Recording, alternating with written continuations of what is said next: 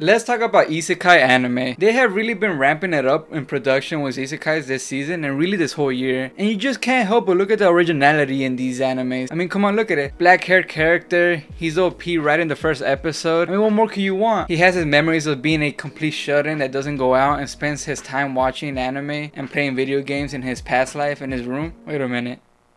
Kinda sounds like me. If I'm lucky, maybe I'll find me a cat-haired anime girl in the next life. Probably not, but you know, whatever. You know who does end up finding a harem of anime girls with cat ears? Every fucking isekai protagonist you've ever seen. What's good, everyone? I'm Checkers and welcome back to my channel. Make sure to like and hit the subscribe button. It would mean a lot to me. Now let's continue. Now, I'm a big fan of isekais overall. After discovering them a few years back and going down the rabbit hole, I was enjoying myself consistently. But lately, a lot of these isekais have just not been it. They have all been recycling the same played out plot points only for them to get a second season and completely fall off and get boring as fuck. That's right, I'm looking at you, Shield Hero Season 2. Now go stand in the corner and think of what you've done. Now before I have the army of Shield Hero fans come at me, let me explain. It sucks, that's it, there's nothing to explain here. Alright, I'm just fucking around. Shield Hero started strong for me in Season 1. Despite it obviously having some generic isekai plot points, it still had a good storyline and really did a good job at Naofumi's character development on how he started out as a very normal and determined character, but then he was betrayed by the pink-haired girl who now they call her a whore or slut, that's like her nickname, I can't really remember. Either way, he got his win in. So that was a nice outcome to happen. And the first season was only 25 episodes and they were able to pack a good amount of story into it without me getting bored. So naturally, once I finished the first season, I was hyped for the second season. But once it came out, I got a few episodes into it and it just wasn't hitting like it did the first time. The story felt like it slowed down and it didn't really know where to go with it. Almost slight like filler episodes. Nonetheless, my excitement for the show subsided naturally and I moved on to bigger and better shows. I'm sorry, Raptalia, I have a new waifu now. They did you dirty in Season 2. I can't even look at you the same. Now, another isekai anime I want to touch on that I recently watched or tried watching, and I'm not too proud of it because I did it solely for the fuck of it. Nothing about it stood out for me. And bear with me because this anime has a long ass name to the point where I wonder why I even have a synopsis when the title is this fucking long. It's not even a title, it's just a sentence. But anyways, it's called Trapped in a Dating Sim. The world of Otome games is tough for mobs. That's the anime. I honestly cannot say much about this anime because I didn't finish it, but that says enough alone already. So basically, it's a dude who plays a dating simulator. For those that don't know or didn't get that clue from the name, it's one of those weird games. I don't want to say weird, but it's one of those games where you basically play out a whole storyline as the main character and you go through school and make decisions based and that affects the storyline overall. So that's basically where he ends up in a simulator like that. And he's walking one day, he slips down some stairs and gets knocked out only to wake up in the same dating sim he was playing. That's how he ended up there. Now, I honestly didn't get the anime completely. It was okay, something slightly different, I guess. It wasn't a magical world. It was just a normal high school romance type game world he was in. You just gotta kind of ignore the template character design of the protagonist because he looks like every other one. But no matter how hard I tried, I just couldn't quite figure out what this anime was trying to do. As the show progresses, it's just him running around playing the game, and there's some parts that don't follow the game storyline that he played even though he's in that world. So he's like, what the fuck is going on? And it just progresses like that for a few episodes and I just got bored. He was fucking confused, I was fucking confused. I just said fuck this, I gave up. It's not overly nice on the animation either, or comedy, or anything really. I was just desperate to watch an anime. I needed to watch something. I give it a D tier, to be honest. I give it a fucking S tier, but if S meant shit, to be honest. It sucked. Don't recommend it, don't watch it. Watch it if you like pain, if you like to just be disappointed, then go ahead, but let's move on. The next anime I want to talk about, the next isekai, is one that has been saving isekai for a while now. It's the savior of isekai, some will say. Now there's a true S tier anime, and that is Overlord. That's right, I'm coming in hot, guns blazing with this one. Had to bust out the Exodio of anime with how much Overlord is wrecking the others. Overlord is one of my all-time favorite isekai anime. When I first heard of it, I didn't watch it immediately, and I later realized what a mistake that was on my part. I was depriving myself one of the best waifus of anime history. Well, you thought I'm here for the plot and good storytelling? Hell no. No, I'm just playing, but it's hard to deny the good character design on Albedo. I mean, you could say she has good assets, melons, cannons, many different ways to say big ass tits. Okay, I'm just kidding. This is obviously not 100% why I like Overlord.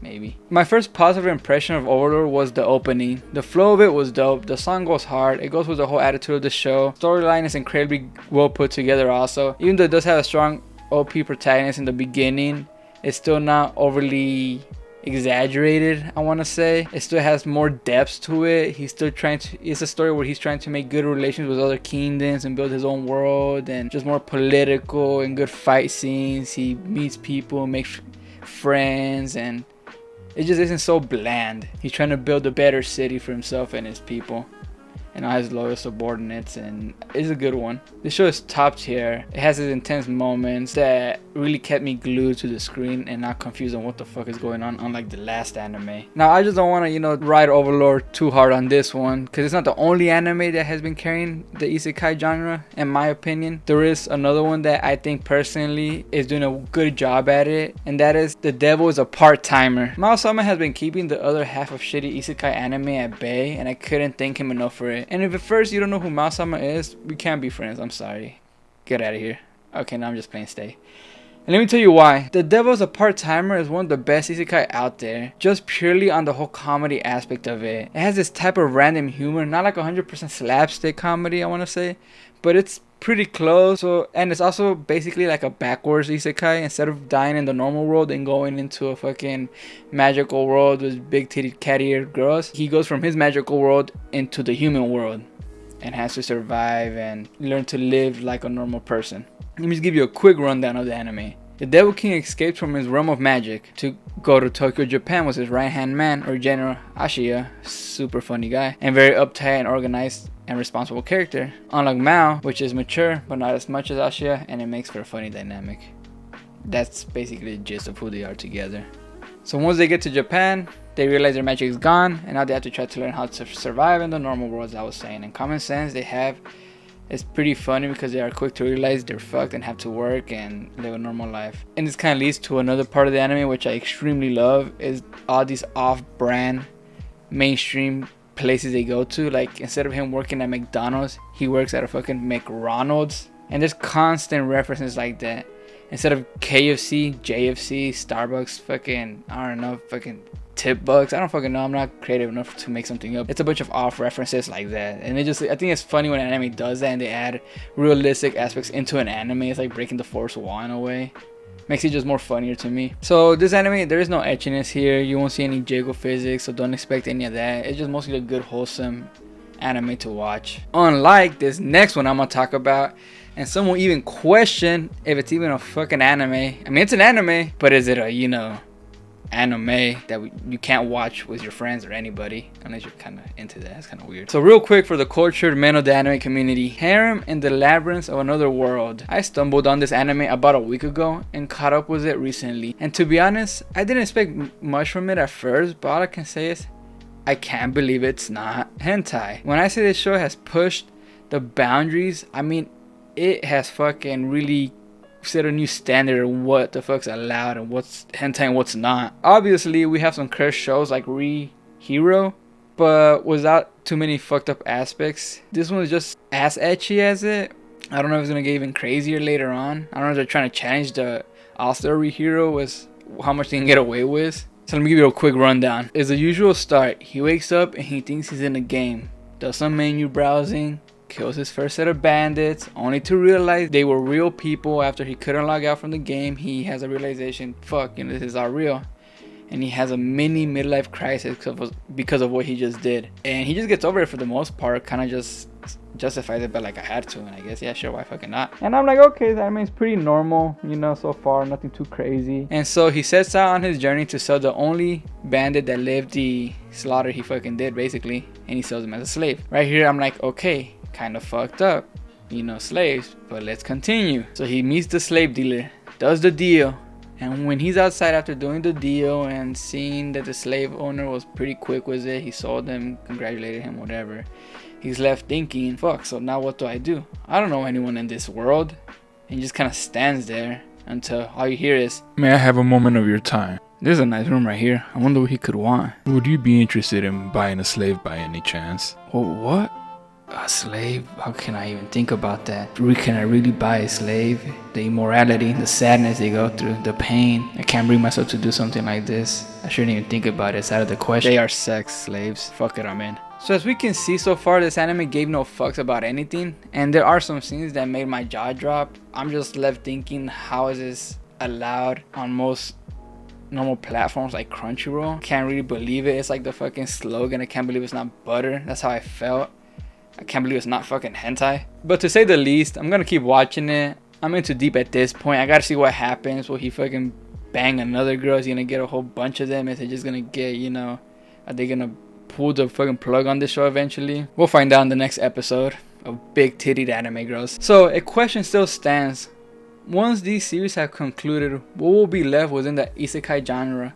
There are more good heavy hitters that should be coming back, like Mushoku Tensei, or for us English speakers, Jobless Reincarnation, which was a big hitter with its fight scenes as well as colorful animation and storyline. This anime is also one where the supporting characters get lots of love. You truly end up liking them more than the main characters sometimes, but sadly we are forced to wait who knows how long before it returns with the newest season. I think 2023 will be the year it returns. I can't say for sure, I had to check, but we can only hope. Same goes for a anime with a slime that becomes ruler of his own kingdom with big titted orc bodyguards. And if you don't know what anime I'm talking about, it's that time I got reincarnated as a slime. It's a lot better than the title makes it sound, I promise you that. This anime really went up the ranks in good isekai fashion. It did have the usual template for an isekai, but I enjoyed it a lot. The animation, soundtrack, characters, you just can't help but like it all. Sadly though, just like Mushoku Tensei, the second season has finished and we're waiting in the abyss of hope for it to come back. Well, that's about it on my rant of isekai animes and what I think about the few that are out there and what I'm watching. Let me know what anime you're watching, and remember to like and subscribe. It means a lot to me. It would help with the algorithm, and I'll catch you again next time. Peace.